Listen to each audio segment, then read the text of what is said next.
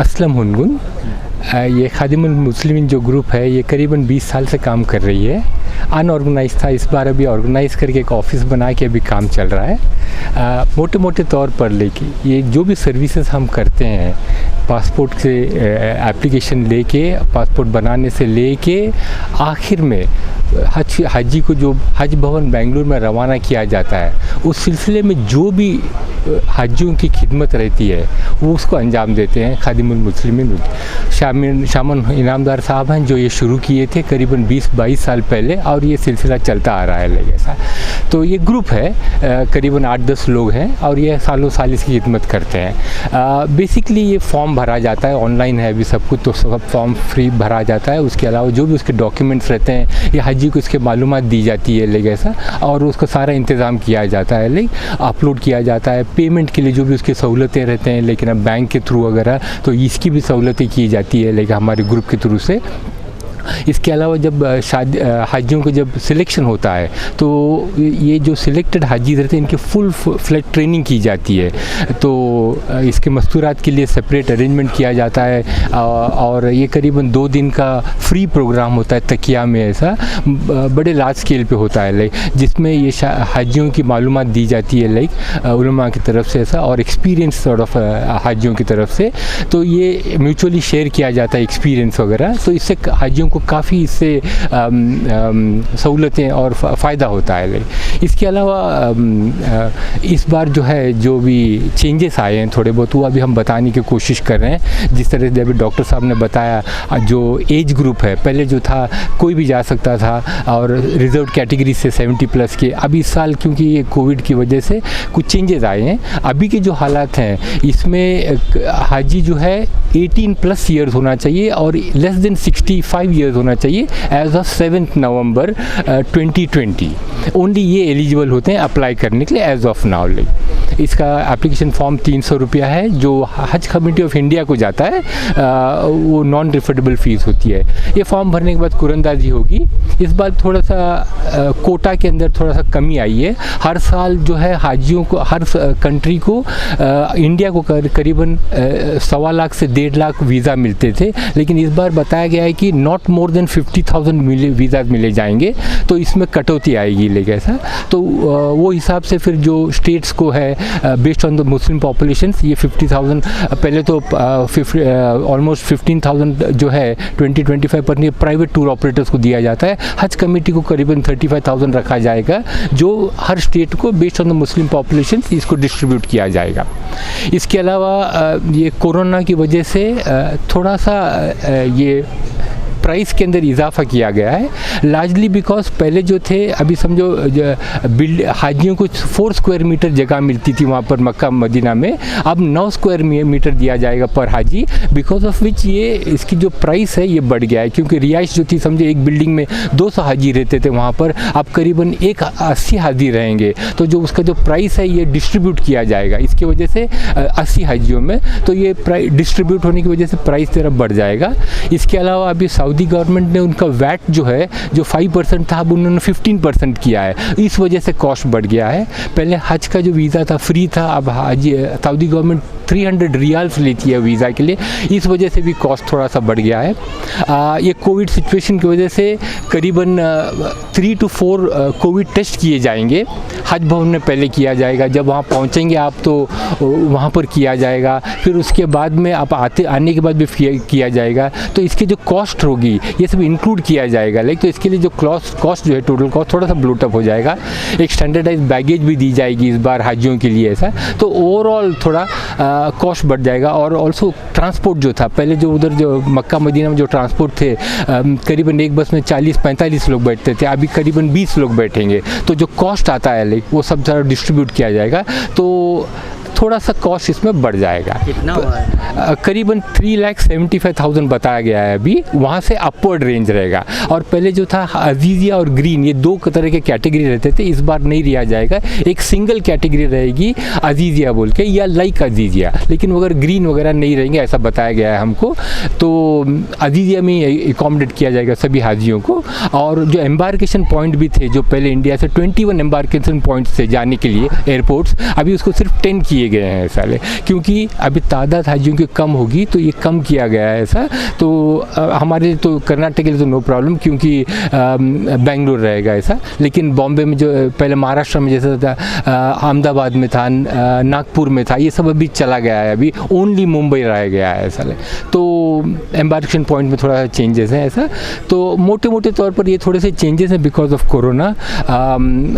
हाजियों को इसकी हम मालूमात दिए जा रहे हैं अभी इस वजह से। इसके हज के लिए एप्लीकेशन फॉर्म शुरू हो गए, 7 तारीख से शुरू हो गए, और अभी जो फील्ड वर्क है ये करीबन 15 दिसंबर तक चलेंगे। इसके बाद शायद वो बढ़ाएंगे, क्योंकि अभी भी जो है सिचुएशन ज़रा फ्लूइड है। अगर एक कोरोना का जो ये है अगर ये कम हो गया तो शायद वो सहूलतें देंगे, लेकिन ऐसा कि अभी जो 65 ईयर्स है वो शायद वो उसको कम बढ़ा भी सकते हैं ऐसा, डिपेंडिंग अपॉन जो guidelines ministry of health affair Saudi government जो इशू करेगी, वो बेस्ड ऑन दैट हज कमेटी ऑफ इंडिया वर्क करती है, और वो हिसाब से हज कमेटी, स्टेट हज कमेटीज़ को उसका डायरेक्शन दिया जाता है।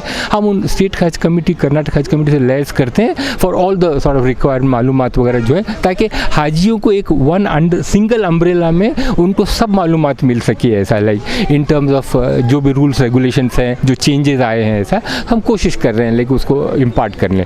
और के लिए कितना है कोटा? नहीं, अभी तो ये बेस्ट, अभी नहीं, ये तो ये बाद में होगा, लेकिन ऐसा बेस्ट, क्योंकि फॉर्म फिलअप किया था, क्या पहले उनको प्रेफरेंस रहेगा? हाँ, अभी जो फिलवक्त जो सिचुएशन है, हज कमेटी ऑफ इंडिया ने बताया कि बिल्कुल नहीं दिया जाएगा ऐसा, लेकिन उन्होंने ये भी ऐड किया है, जो चीफ एग्जीक्यूटिव ऑफिसर जो है उन्होंने कहा है कि ये अभी फिलवक्त वो ये डेटा कलेक्ट करेंगे जो हाजी लास्ट टाइम अप्लाई करे थे, तो वो डेटा कलेक्ट करेंगे, और उसके अंदर अगर वो फॉर्म्स जो ये था कवर जो था वो सेम है, और नंबर ऑफ हाजी जो कवर के अंदर अगर सेम रहेंगे तो वो डेटा एक्यूमुलेट करेंगे, और बेस्ड ऑन दैट वो फिर बाद में डिसाइड करेंगे कि इसका क्या करना है। लेकिन as of now the situation है कि कोई प्रेफरेंस नहीं दिया जाएगा, लेकिन ऐसा।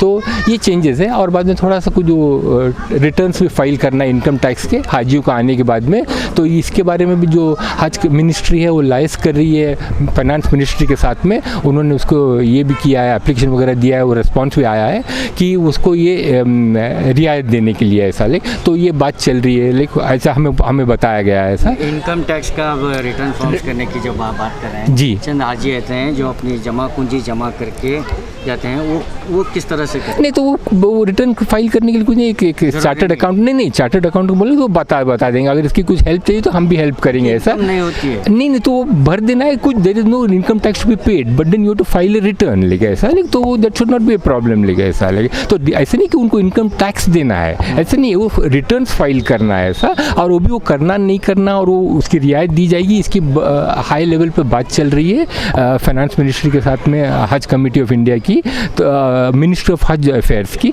तो इसमें से कुछ हमें जो मालूमात दी गई है शायद इसकी रियायत आ जाएगी थोड़ी देर में, लेकिन ये अनड्यू वरीड नहीं होना। अभी ये जो हाजी हज करके आने के बाद में उसके बारे में बाद में ये करना है, अभी एट द मोमेंट उसमें ज़्यादा ये नहीं करना है ऐसा, बट एक रिटर्न फाइल करना पड़ेगा।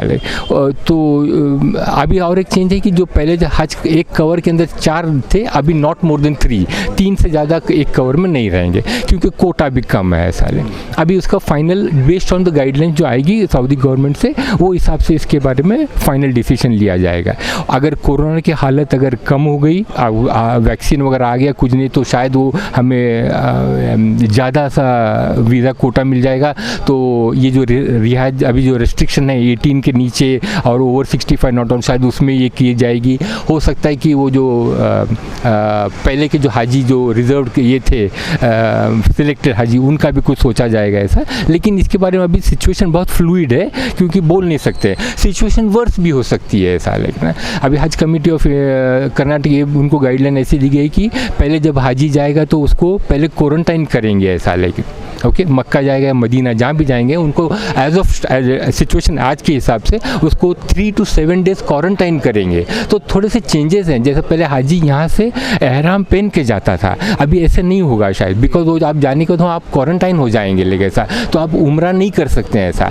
तो ये कुछ मसले हैं। तो ये इसके बारे में क्या है कि आपको हज अभी जो बताया गया है कि आपको एहराम में नहीं जाना है, you should go civil dress में, आपको वहाँ पर क्वारंटाइन किया जाएगा। पहले तो आपको यहाँ हज भवन में क्वारंटाइन किया जाएगा फॉर 36 आवर्स, पहले तो बुलाएंगे शायद हाजियों को।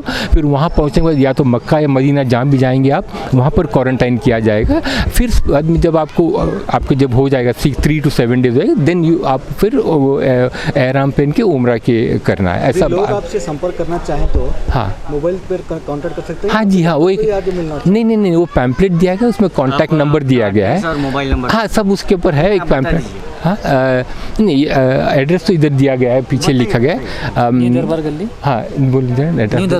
न्यू दरबार गली नियर देवगिरी का house, near Devgiri house, behind Datri मस्जिद, बिहाइंड दात्री मस्जिद, बीजापुर, ये एड्रेस है।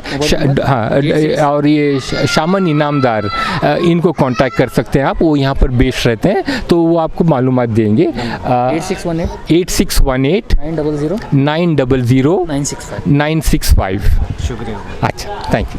कोतवाल डेंटोफेशियल कॉस्मेटिक सेंटर आज पोल्यूशन के चलते गंजेपन से मायूस चेहरे की खूबसूरती और कई तरह के दांतों की समस्याओं को लेकर हजारों रुपए खर्च करके भी सही इलाज हासिल नहीं होने वाले ना उम्मीद लोगों के लिए उम्मीद की किरण कोतवाल डेंटल कॉस्मेटिक सेंटर।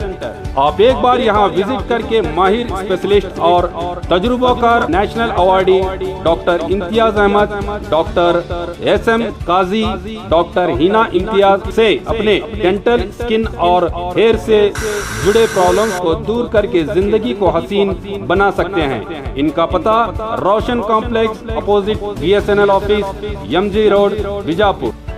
ವಿಜಯಪುರ ನಗರದಲ್ಲಿ ಸ್ಟೈಲಿಶ್ ಬಟ್ಟೆಗಳಿಗೆ ಹೆಸರುವಾಸಿಯಾದ ಮೆಟಲಿಕ್ಸ್ ಶೋರೂಮ್ನಲ್ಲಿ ದೀಪಾವಳಿ ಹಬ್ಬಕ್ಕೆ ಧಮಾಕ ಆಫರ್. ದೀಪಾವಳಿಯ ಹಬ್ಬದ ಎಲ್ಲರ ಬಟ್ಟೆ ಖರೀದಿಗೆ ಮೆಟಲಿಕ್ಸ್ ಶೋರೂಮ್ಗೆ ಬನ್ನಿ. ಎಲ್ಲರಿಗೂ ಸ್ಪೆಷಲ್ ಆಫರ್ ಜೊತೆಗೆ ಎಲ್ಲರ ಅಟ್ರಾಕ್ಷನ್ ಪಡೆಯುವಂತಹ ಸ್ಟೈಲಿಶ್ ಬಟ್ಟೆಗಳು ನಿಮಗೆ ಒಂದೇ ಕಡೆ ದೊರೆಯುವುದು, ಅದುವೇ ಮೆಟಲಿಕ್ಸ್ ಶೋರೂಮ್. ಎಲ್ಲ ಮಾದರಿಯ ಪುರುಷರ ಬಟ್ಟೆಗಳಿಗೆ ದೀಪಾವಳಿ ಹಬ್ಬಕ್ಕಾಗಿ 25% ನಷ್ಟು ಧಮಾಕ ಆಫರ್.